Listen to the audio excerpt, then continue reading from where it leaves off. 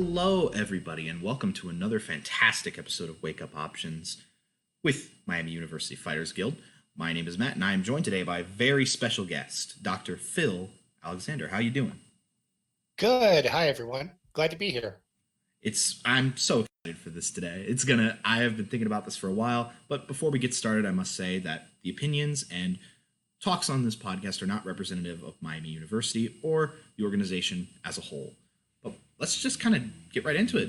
Phill, why don't you introduce yourself? All right. Hi, everyone. So my name is Phill Alexander. I am an assistant professor of games here at Miami, also the co-director of Varsity Esports, and kind of a huge game nerd. So Oh, yeah. maybe some of you know me from class.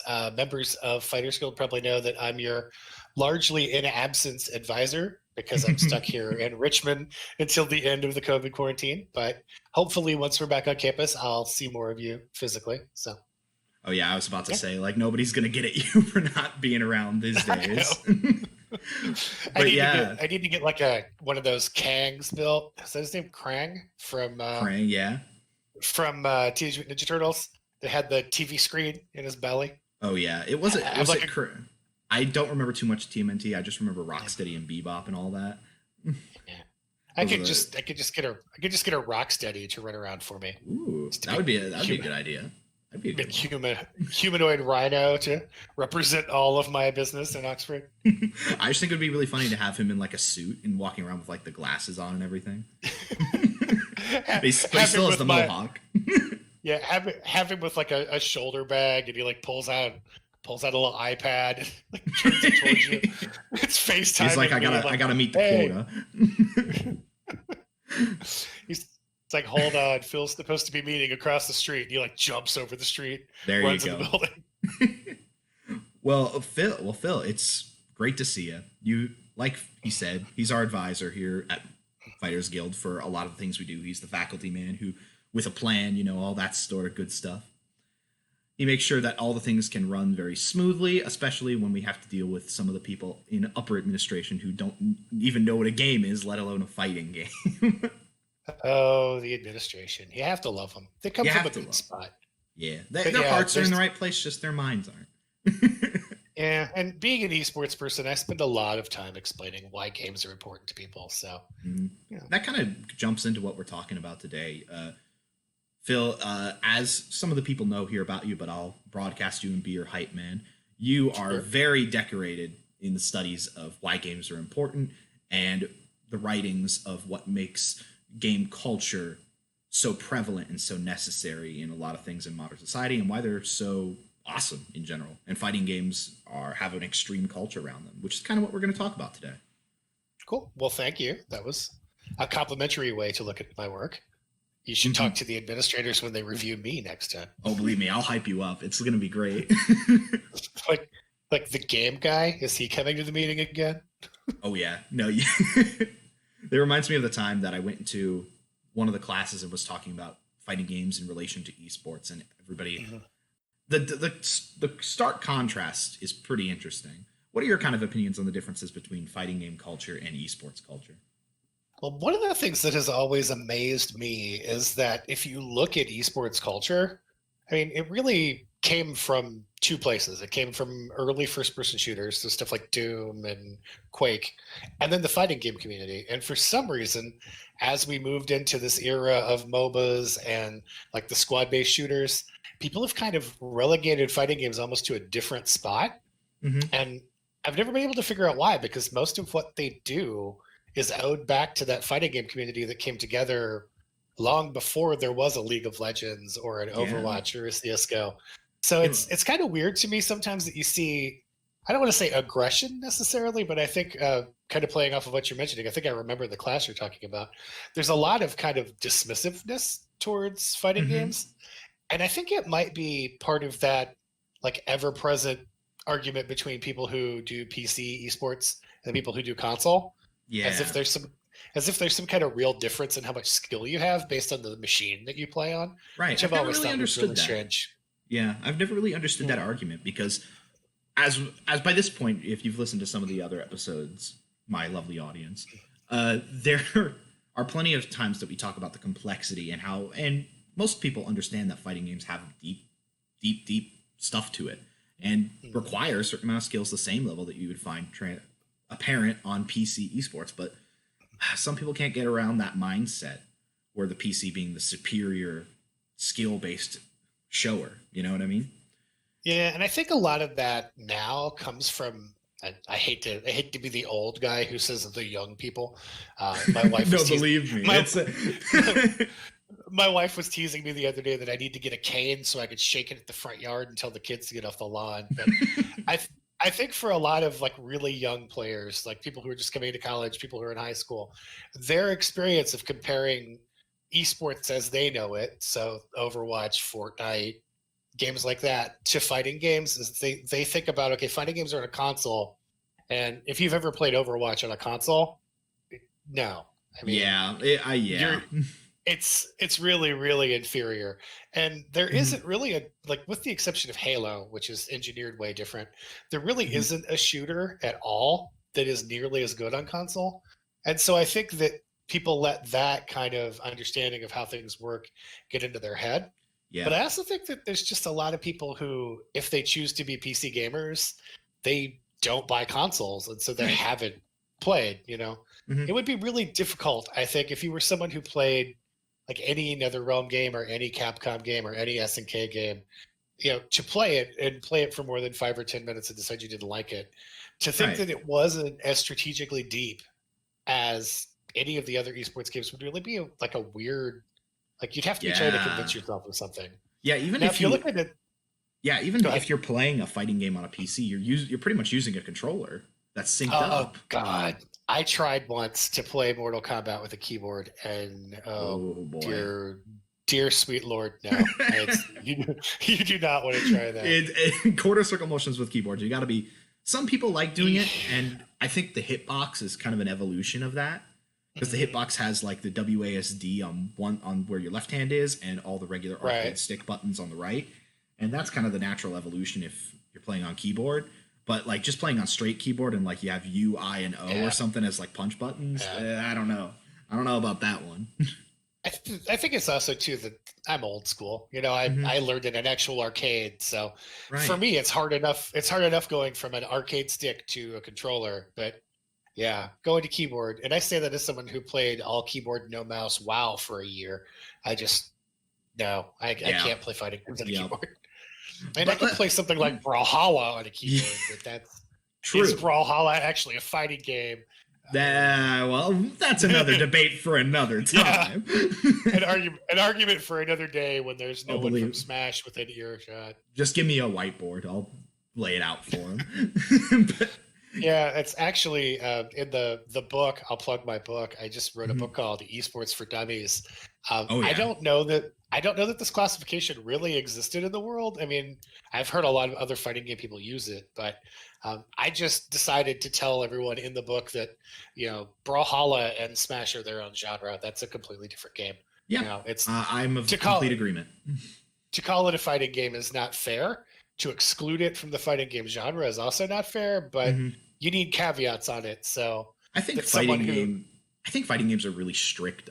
So about like the communities get really heated over, not because a lot of stuff like FPS games or other games, they have the really broad genre, but they also have subgenres to kind of explain and differentiate. Exactly. And fighting games are super against that in a lot of ways, unless it's 2D versus 3D. Right. And I think part of that was that sense of inclusion, because the other thing that is really interesting about the fighting game community is in almost every other esports scene other than collegiate right now, because collegiate's trying to do multi sort of things, you don't really see like a first person shooter and a MOBA at the same major event. But if you look at the big fighting game events, there are things like Evo where as many games as possible are included. Yep. So I think part of that not wanting to break into subgenres was to try to stave off the wars that they saw coming between the different games, because I don't know how prevalent this is now. I can't imagine that it's gone away, but I know that back when I was playing in arcades, there was a very stark difference between Street Fighter players and Mortal Kombat players. That's fair. That's truly fair. If you look to even today, like modern tournaments, and you look out, there's a very large difference from people who play a game like Under Night In-Birth, which is extremely Japanese heavy and focused and very anime inspired, and somebody who plays Mortal Kombat, which is definitely a Western, more gory, more mainstream type of a game in a lot of ways. So Definitely. I think there was that attempt to keep the tent big to make sure everyone felt included. So. I'm totally with you. But let's talk a little bit more about, you were talking about arcade stuff. Obviously, I was born in 98. I was like, by the time I even could recognize what an arcade machine was, arcades were starting to like lose their popularity, rise of home consoles and everything of that sort.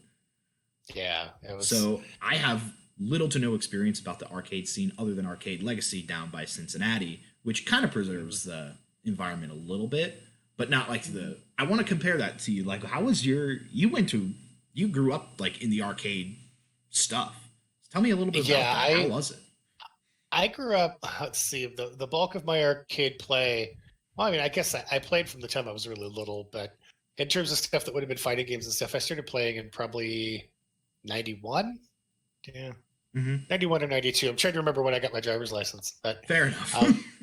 Got to be able to go to the arcade. Right. It's parents didn't really want to drive you all around the area so that you could play different fighting games. But once we started driving, me and a couple of my friends, we kind of built like a regional list of what games were in what places. And so most of those were arcades, but also you'd have like a random machine that was at a pizza place or like in the front of a CVS drugstore or something like that. Right. And so we just kind of got used to, like, we think about esports scenes now as like everyone who plays the game is a certain scene, but back then you literally had like regional scenes. And so there'd be players that you'd see in certain places that you wouldn't see in other places. It was really like a kind of thing where you're in Richmond, Indiana, and you're like, oh, there's this guy from Indianapolis who's like the best, just throwing it out there like a Street Fighter 2 thing. It's like they're the best Zangief. They claim to be the best Zangief in Indiana or something like that. Yep. It was exactly that, and particularly with games like Mortal Kombat early on, because there wasn't really much of an internet to speak of yet. There was some AOL and some Usenet, but most people weren't on it. It was also a case of like, there's a guy in Dayton that knows Sub-Zero's finisher. If we drive over, maybe we can figure out how to do that. Right. So we'd drive around with like little spiral notebooks in our pockets to write down moves and strategies. Oh, that's awesome. Places. But yeah, it felt a lot like if you look at like the overworld maps on some games where you go from location to location to fight somebody. It was kind of the same thing, only nerds with quarters instead of actual fighters. Man, if only fast travel existed. Exactly. Yeah, we'd have some long days sometimes, because you'd play somebody in one place and they'd say, hey, there's a guy in Cincinnati that's doing this. You're like, all right, let's drive for 2 hours so we can see this guy. We gotta, and that where sometimes the story's not true. Yeah, or the person's gone by the time you get there. But oh man, we went. I'm trying to think of the furthest we ever went, like on a normal trip. I mean, we would drive to Chicago sometimes, but oh yeah, the Chicago scene was nuts. There were so many people in Chicago. Oh man, the no coast, no kings kind of an area. Exactly. But for the most part, we kind of ran a circle from West Lafayette, which is where Purdue is, down to Bloomington, where IU is, up to Indy. We never really went to Evansville because no one in Evansville was any good. Sorry, Evansville, if you're listening. Nah, Evansville's trash. Tell them how it is.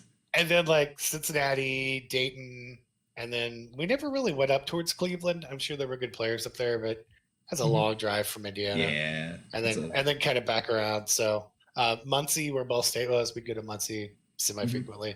But we kind of had a circle of, it was probably a 100-yard radius around Richmond. And we tried to know everyone that was there. And, right. Building a rep as the people from Richmond was not easy because it's Richmond. So. Yeah. No, I feel that. There's so much that kind of goes into like talking about like the big regional kind of effect, because then it's just like legend stuff, right? And it's a pretty expensive endeavor from what I remember, from what I've been told. Yeah, I used to tell my friends it's really expensive if you don't win.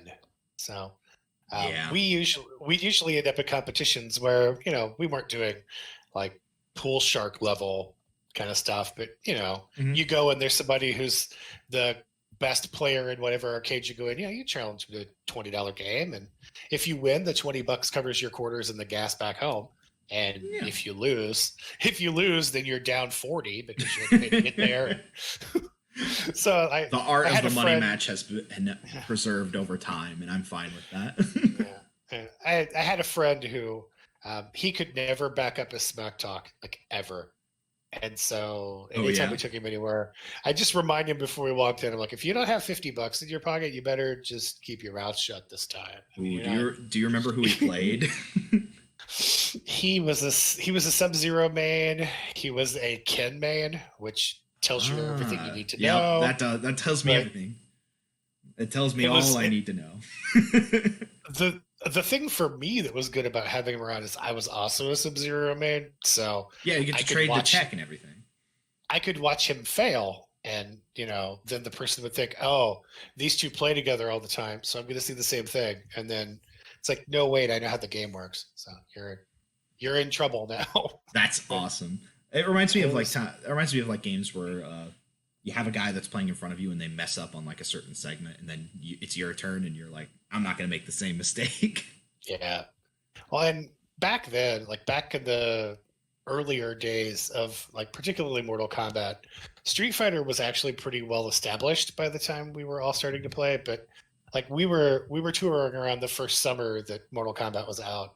Like people didn't know finishers. There were moves that people didn't know how to pull off. Mm-hmm. And so whoever was there who had the most knowledge, you could run a machine for a while. And I think I probably told you this story once in class, but Right. we were at journalism camp that summer at Ball State in Muncie, Mm-hmm. and my friend, the same friend I was talking about, this Sub-Zero man, had to go to a class meeting that started at, I think it was noon. It was noon or 1. Mm-hmm. And so he went to his meeting, and there was a Mortal Kombat machine maybe 15 feet from the door that he was going into down in the student union. Oh So I put yeah. a quarter in. I played for like 7 hours. People just That's kept walking by and amazing. challenging me, and like none of them could figure out what I was doing. For Like the one guy record, finally everybody listening, I have played Phill in Mortal Kombat 2 against the Sub-Zero, and he can put his money where his mouth is. It's good. I was much better back when I had reflexes too. I mean, if you hear the stuff where they talk about esports professionals retire at 25, it's true. There's a market downturn. I was actually looking at some footage of, this is not fighting game related, but Mhm. I was looking at some footage of my tanking from World of Warcraft when I was doing my book research, which was 10 years ago. Oh yeah. And I tried to do the same stuff now, and my hands aren't as fast. So I tried to figure out, if I extrapolate that back 20 years, how much faster I must have been That's in my crazy. 20s. But Yeah, yeah, like it I was, try to like I'm trying to like stay as sharp as I can because the eventual decline will happen. It might well, the already good be.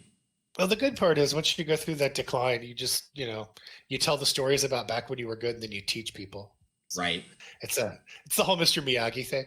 That is true. Teaching I people should is very fun. It is. It's in a Mhm. way it's more fun. Well, I won't say it's more fun than playing, but it can be more fun than playing. So Yeah, walking through people and watching them improve and then the steady increase and then they eventually beat you is that's a pretty good feeling in all honesty.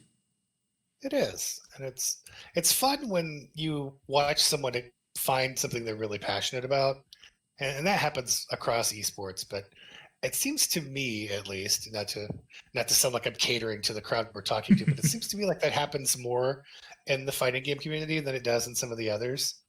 I mean, I've seen numerous people start down career paths because of the experiences that they've had in the fighting games communities. Oh yeah, fighting games are super impactful. I think that's just because there's more dedication to have sometimes because esports there are I'm not saying that there's no dedication to other esports titles like StarCraft or CS:GO because there's a lot of depth there, a lot of repetitional practice, same as fighting games.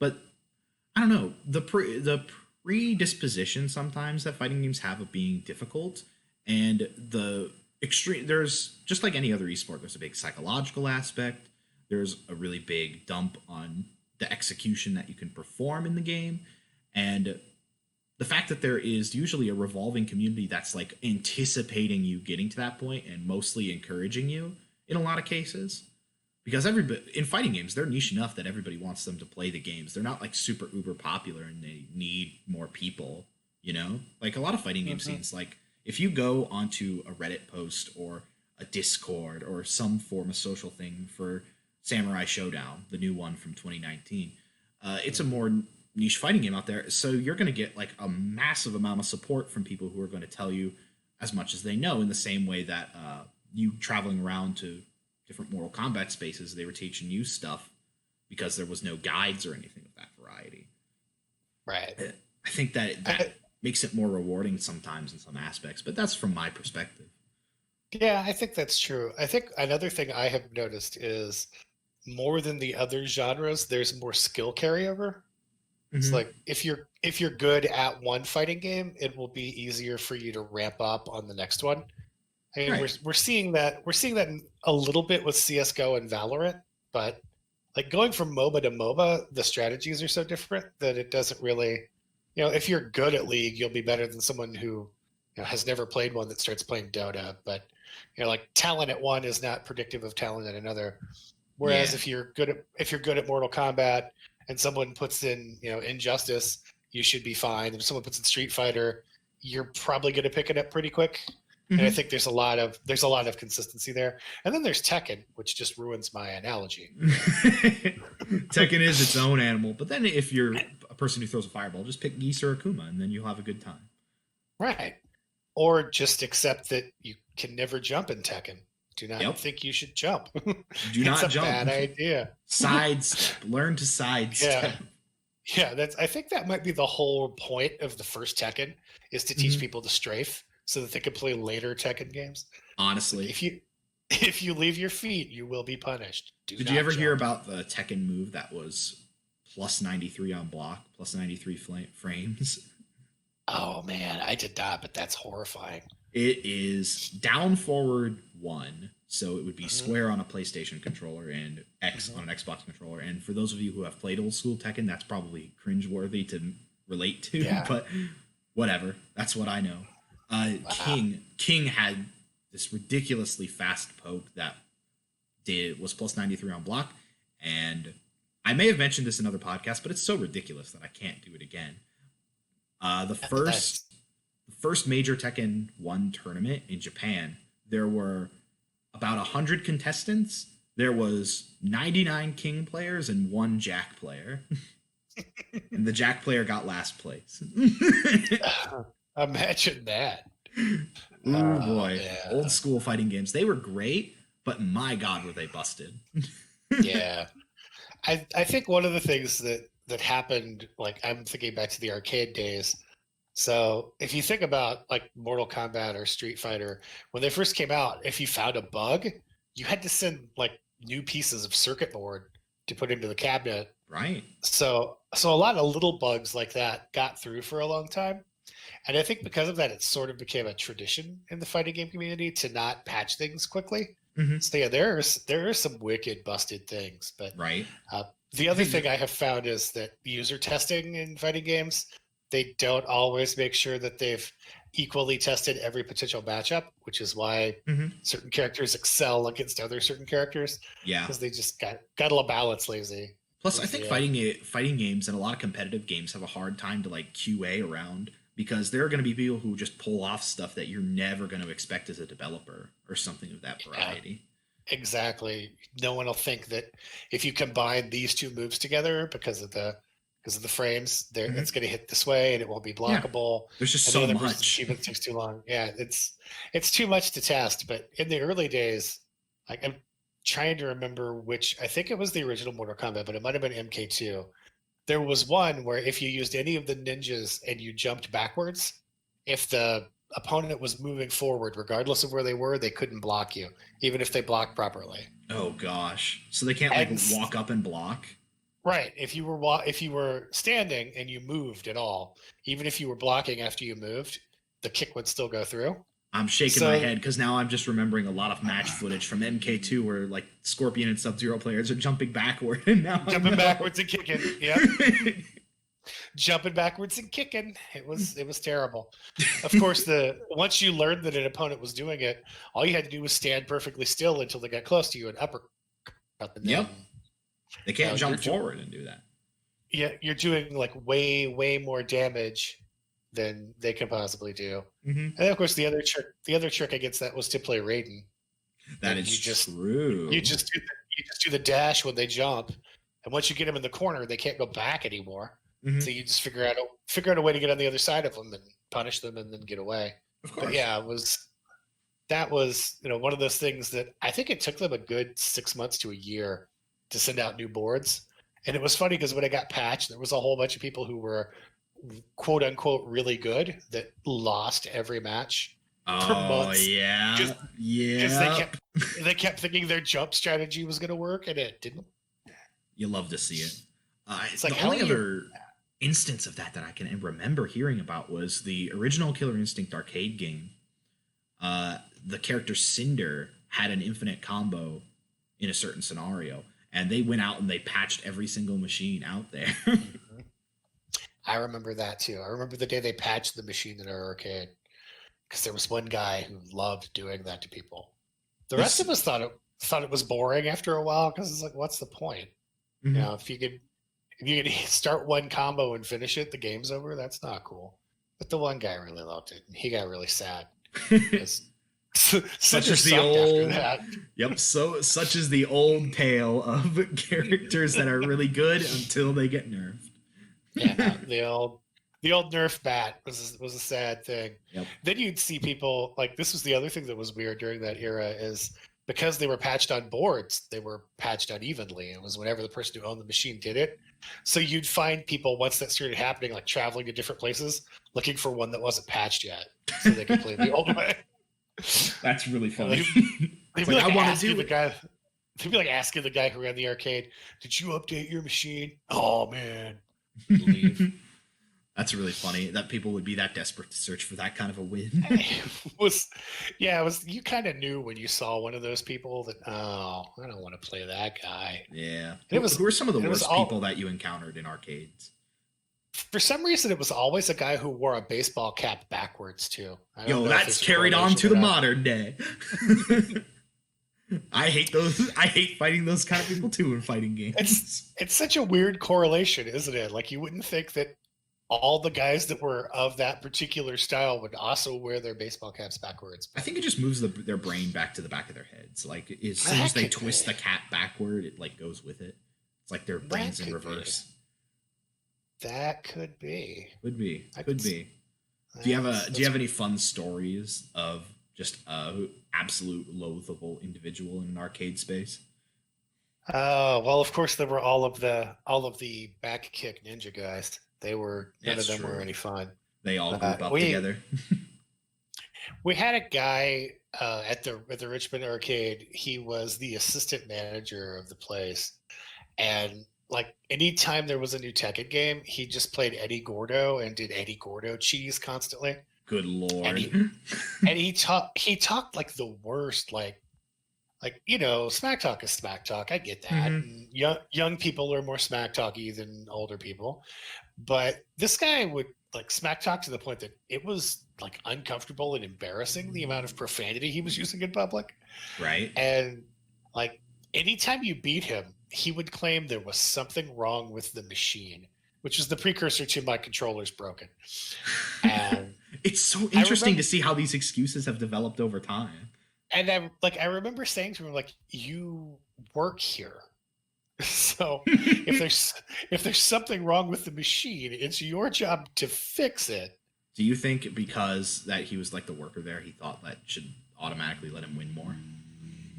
I think that he thought he was better than he actually was, which I think is the thing that happens a lot just in competitive anything. Yeah. I think you have to hype yourself up to feel like you can compete. And I think sometimes people eat their own hype a little too much. Mm-hmm. And I think there's a balance between confidence and ego, I think. Yeah. It's interesting to see, like, I don't know if you watch a lot of, well, I'm sure you watch a lot of videos, but there's a video channel called Up, Down, Down that is a group of WWE wrestlers. Yeah. So they had a Madden tournament last year, mm-hmm. and AJ Styles, who is a fairly successful professional wrestler, he's been a world champion in like 9 different promotions. Right. He lost the Madden tournament, and when he lost, he claimed And he still claims, like every time he's on the show now, it's been a year. It's like 7 or 8 times I've seen him come on. He claims it's because he normally plays on PlayStation and he had to play with an Xbox controller. Aren't the buttons the same in Madden for that? They're exactly the same. The only difference in the controllers is that the one analog stick is up top versus down at the bottom. Otherwise, the control scheme and even the response of the controllers is the same. I mean, I could go from those two. I could go from those two consoles seamlessly, and I'm old and starting to get inept, and I could still do it. Yeah. But it's just, I think there's something about certain people that they just can't admit that they have been defeated at something. They can't admit that they weren't as good as they thought they were, or that the other person was better. Mm-hmm. I've always told people that fighting games are like, definitely you got to leave a lot of your ego out at the door, because if you don't, then you become just kind of an antagonistic force to a lot of people. Mm-hmm. And that's not worth the wins that you'll get for doing so, Right. Well, it's also, I think it's one of those ways where if you want to talk about how esports can make your life better, you have to learn at some point to be humble as a person. If you don't, you will be insufferable in all walks of life. And so I think that if you look at competitions, particularly high-end competitions, it's a great opportunity to learn that early on in your life. And losing to someone, like imagine I were to play Sonic Fox and lose to Sonic Fox. So does everyone. You know? This is true. It doesn't mean that you're bad to lose to someone who's really good at something. And so I think that part of that is just getting to the point where you can accept, hey, I'm good. I know what I'm doing. But, this person had my number in this particular One of the Fighters Guild mission statements is we're training you to get to a level you're comfortable at. Because that's what it's all about. I don't care if you're in the organization or if you're learning a fighting game and we're helping you just on the side and you're playing a game like Street Fighter and all you want to do is learn how to do a Hadouken at the proper time and be able to do it from muscle memory. I don't care if that takes you the whole semester or an entire couple of months to figure out to do it effectively. There are different situations for other people. Some people have harder time wrapping their head around it. But if you get to that level and you put in the work and you accomplish that and you're happy with it and that's all you wanted to be able to do, that's fine. There's nothing wrong with that.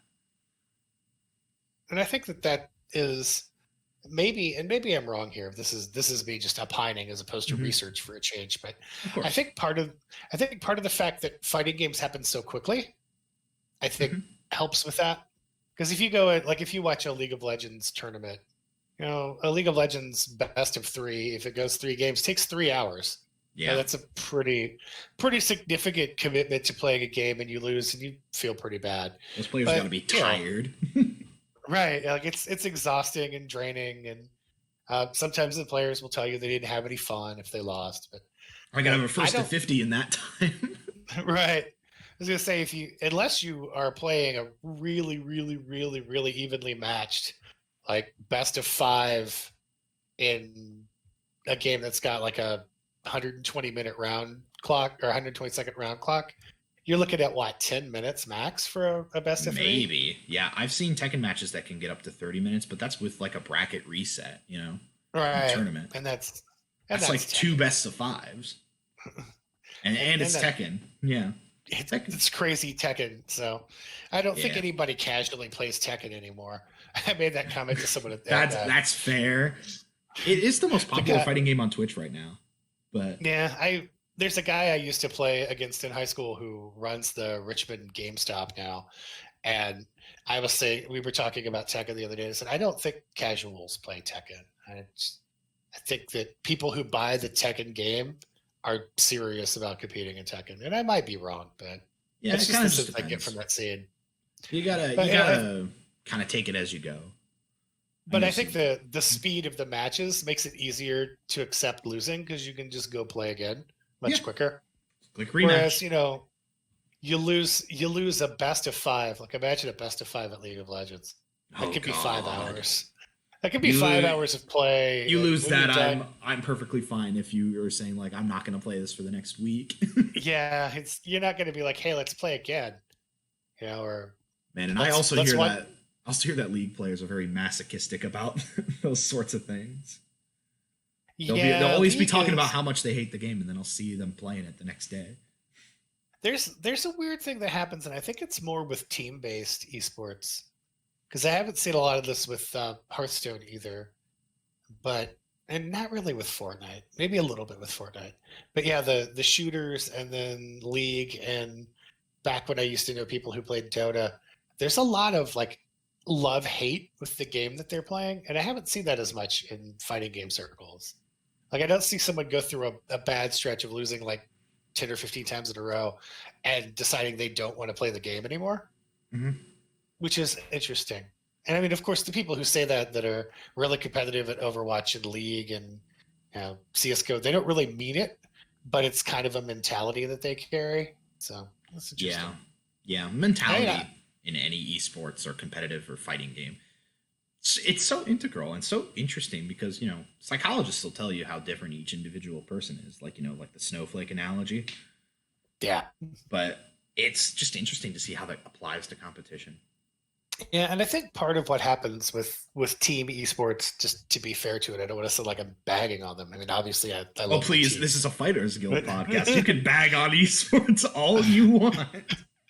But I think that part of what contributes to that sense of not liking the game at a certain point is that you also have the attitudes of 4 or 5 other people with you. Yeah. So, like, if you tilt, it's not just you tilting against an opponent, it's you, and then you start to influence your teammates. And Right. the worse it goes, the more the kind of bad feelings expand. So I can see it, but I think Yeah. from an overall kind of like attitude perspective, I think fighting game, particularly high level tournaments, I think fighting games have a lot more bounce back than you see at other tournaments. So I would imagine.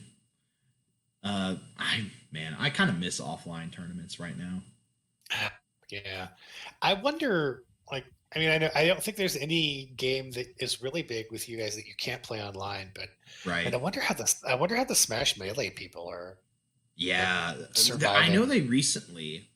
This is very interesting and not something we usually talk about, but it's something worth mentioning because it's a topic that we've mentioned a lot before.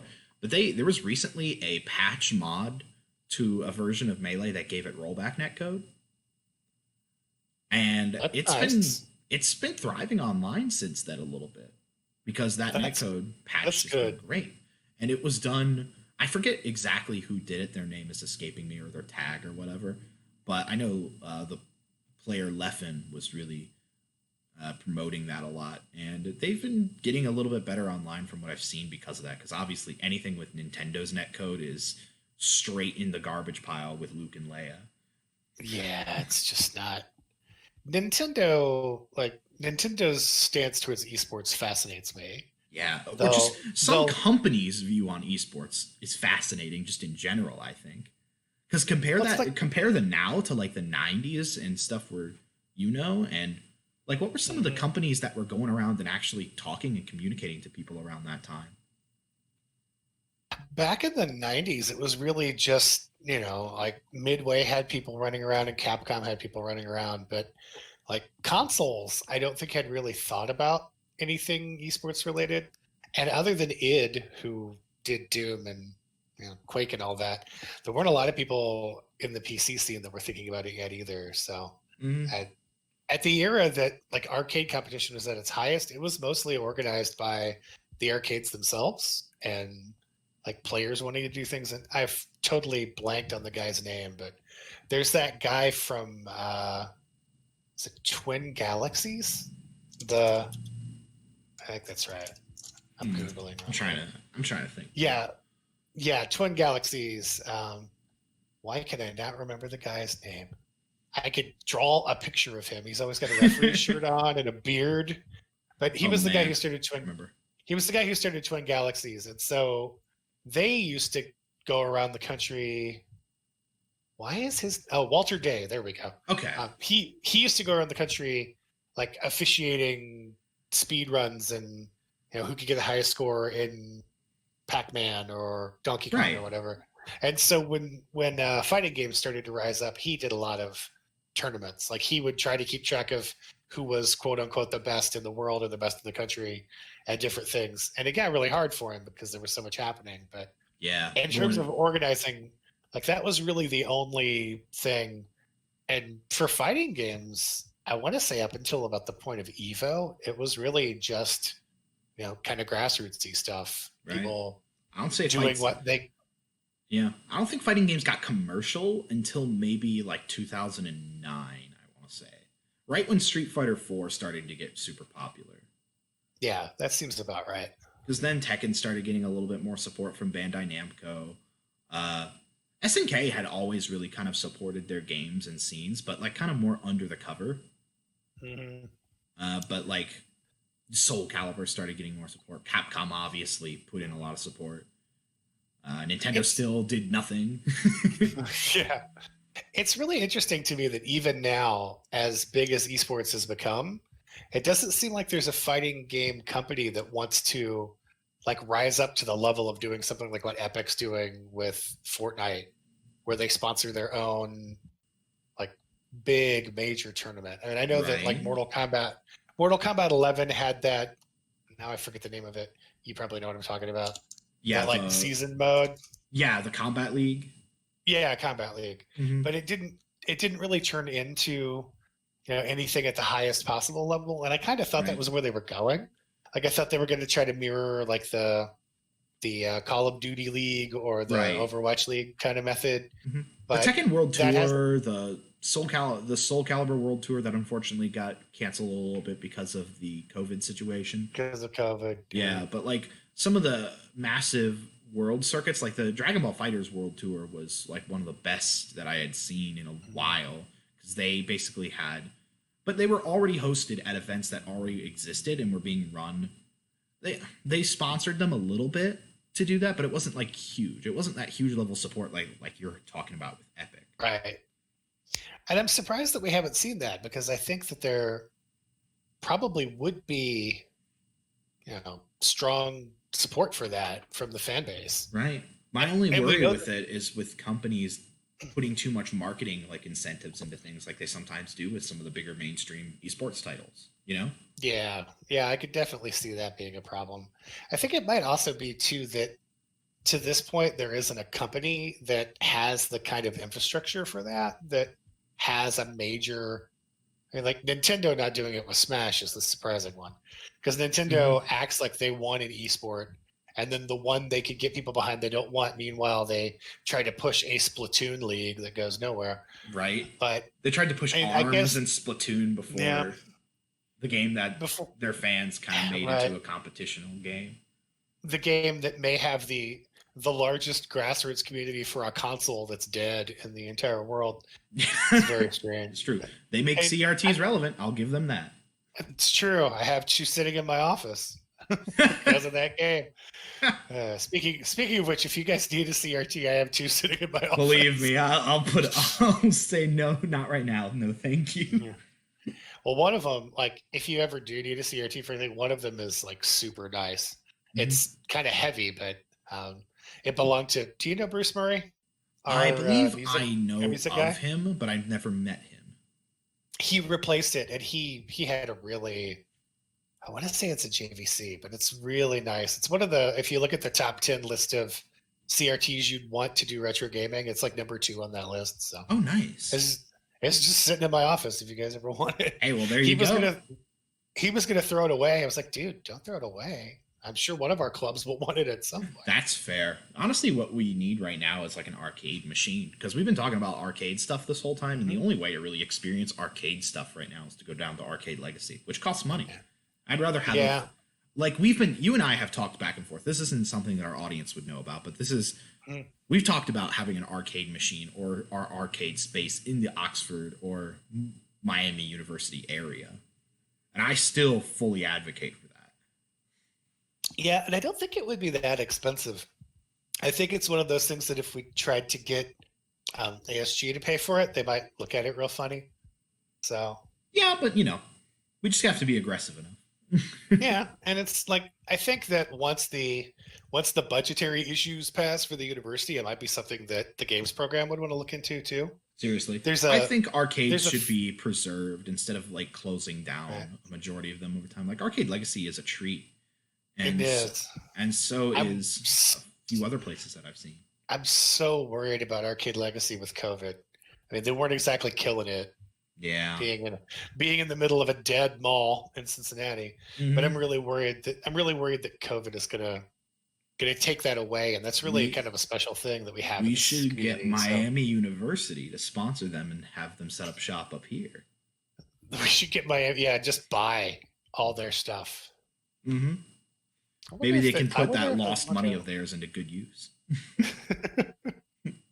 That'd be crazy, wouldn't it, if we bought Arcade Legacy? Wouldn't it just end the sentence? Wouldn't it be crazy if we bought an arcade and then you're gonna start getting me thinking a little bit. Well, anyway, to get back to the thought we were on, though, I think that depending on how good this fighting game from Riot is, I'm super interested. That might be the first time that we see a major esports company get behind a fighting game. Mm-hmm.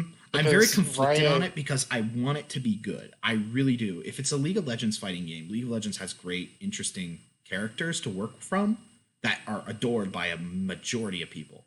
However, League of Legends players playing a fighting game could be a recipe for extreme salt. Yeah, I get the feeling, and this is what is interesting to me about the way Riot has positioned themselves and the way it's going so far. Yeah. I think their thought was, we're going to pull fans from all the other genres. And I don't think that happened with Legends of Runeterra, their card game. Right. I think the only people who played that are people who either were League of Legends fans or people who play that and still play Hearthstone. Like that game has not taken off at all. Right. But Valorant, I think Valorant really is leeching people from Overwatch. Yeah. So what'll be interesting to see is if they think that their fighting game, and I assume it's not going to still be called Project L when it comes out. Yeah. It might not a horrible name, but like it's not not a great one either. In the world.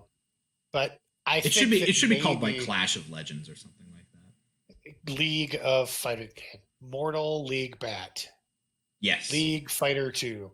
But I think that depending on how they position it, I don't think they're going to steal players from other fighting games. Nope. But if it has enough familiarity that you can pick it up and play it, I think there are probably people who play Street Fighter, who play Mortal Kombat, who play Injustice, that might be into it.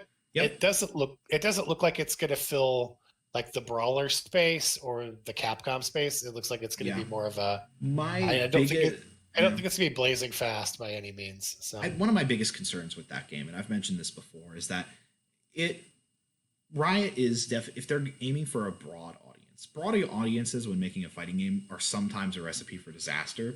Guilty Gear Strive is already getting a lot of flack for trying to appeal to new audiences. Mortal Kombat 11 got a lot of flack for that. Street Fighter 5 got absolutely destroyed for that during its infancy. It's gotten better now, but over a long period of time.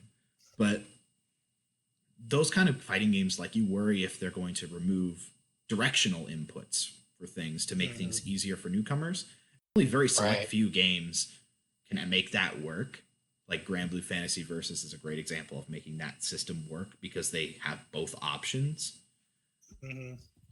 I think that it's just the simplicity in fighting games. Our first podcast episode was about that illusion. And I worry that Riot's mindset will be to simplify it for the League audience that don't play fighting games and not focus on the people that they should. That's what'll be interesting to see, because I can definitely see where you're coming from, and I think that is a potential problem. But I think also that Riot's philosophy, if it holds through this, would be to actually make it more complex, because they're gonna want it it's weird because Riot has changed dramatically in the last, I guess 2 years. It used to be their whole philosophy was make one game, do it better than everyone in the world. And they kind of were doing that. And League of Legends was, I think, far and away the best of the MOBAs, as much as Dota had some cool stuff going for it. And I've only played it once, but it's definitely popular for a reason. Oh, yeah. I mean, it's one of those things where I have to say, I told someone the other day that, to me, League of Legends is like the William Carlos Williams of video games. I can I can look at it and I understand why it's important and I understand why it's good. But if you've ever heard me rant about the Red Wheelbarrow, that's not a good poem. Yeah, I mean, it's not. he was the first person to do it, and yeah, it's impressive that he can be so evocative with so few words. But I just don't dig it, and so Yeah, League's like always been that way for me. It's really funny that you mentioned that poem because I was just looking at it like yesterday, and I was like, "What's the point?" Yeah, and it's like, yeah, it's great that he was the first person to figure out to do that, and mad respect for it. But it's not it's just not my cup of tea. Yeah, And I think I have gained a lot more respect for League of Legends watching the team, like seriously. observing. Mm-hmm. It's gotten to the point for me where it's fun to watch, and I understand it enough that I enjoy watching them play. But I appreciate aspects of collegiate in a lot of ways. Yeah. Not only just for respect for fellow students, but like just some of the dedication and practice that they do. It's indicative of what I do with fighting games, so I can't not give them props. And it's put together well enough that it's fun to watch. I mean, it's an enjoyable thing to just spectate if you're going to watch a game.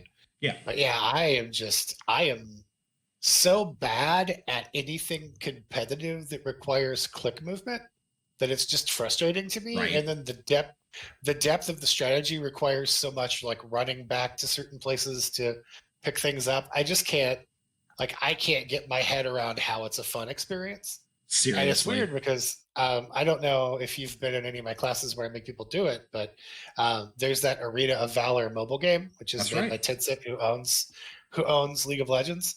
And I like it so much better because it's put together in a way that it strips away some of the stuff that doesn't make sense to me. And I told a group of students, and like if I tell the League players this, they laugh at me every time. But it has joystick movement, and because it has joystick movement, I can wrap my head around strategically how to approach enemies. There you go. It's whatever works. Stuff I just can't do. Just stuff like that, like the idea, simplicity can be done well and can be done right.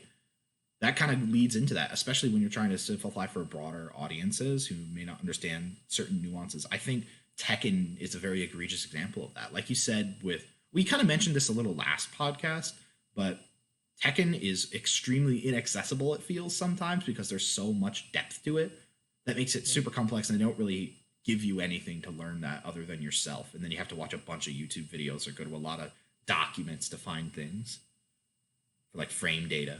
Or pay $4 for frame data, which is actually what you have to do in Tekken 7.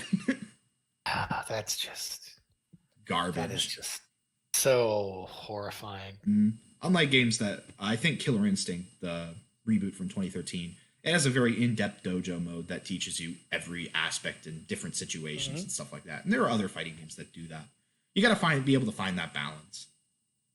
Yeah, and I think too that one of the things we'll see when the time comes that some company gets enough behind a fighting game that they try to make it as big a deal as something like Fortnite, all that ecosystem will kind of bubble up around it. Yeah. Because they will want the players to be that competitive. I think that's one of the things that happens with a game like Tekken. I feel like this is low key turning into me making fun of Tekken, even though it's one of my favorite games. But I think that the team that puts together Tekken has come to view it as Tekken is a thing we make for the people who like Tekken. And if you don't already like Tekken, we don't care if you ever decide you're going to want to play it. Like it's just the feeling I've gotten since Barada's like catchphrase is "Don't ask me for shit." Yeah, I have felt like since Tekken 3, they've made no effort to make it easier for new people to play, and so I think that gives you kind of a stark difference. It tries to invite as many new players as it possibly can. I agree. So. Well, anyway, that's all the time that we actually have here today for this podcast. But thank you so much, Phill, for all of your awesome insight that I most certainly could not have because I was not around during the time period of those insights, but also because I like talking to you and you have great opinions. So, it's always good to catch up. I appreciate you having me. No problem. But like I said at the beginning, all of the opinions here, although extremely intelligent from both of us, are not indicative of Miami University or the organization as a whole. Thank you so much for listening, and we'll see you next time.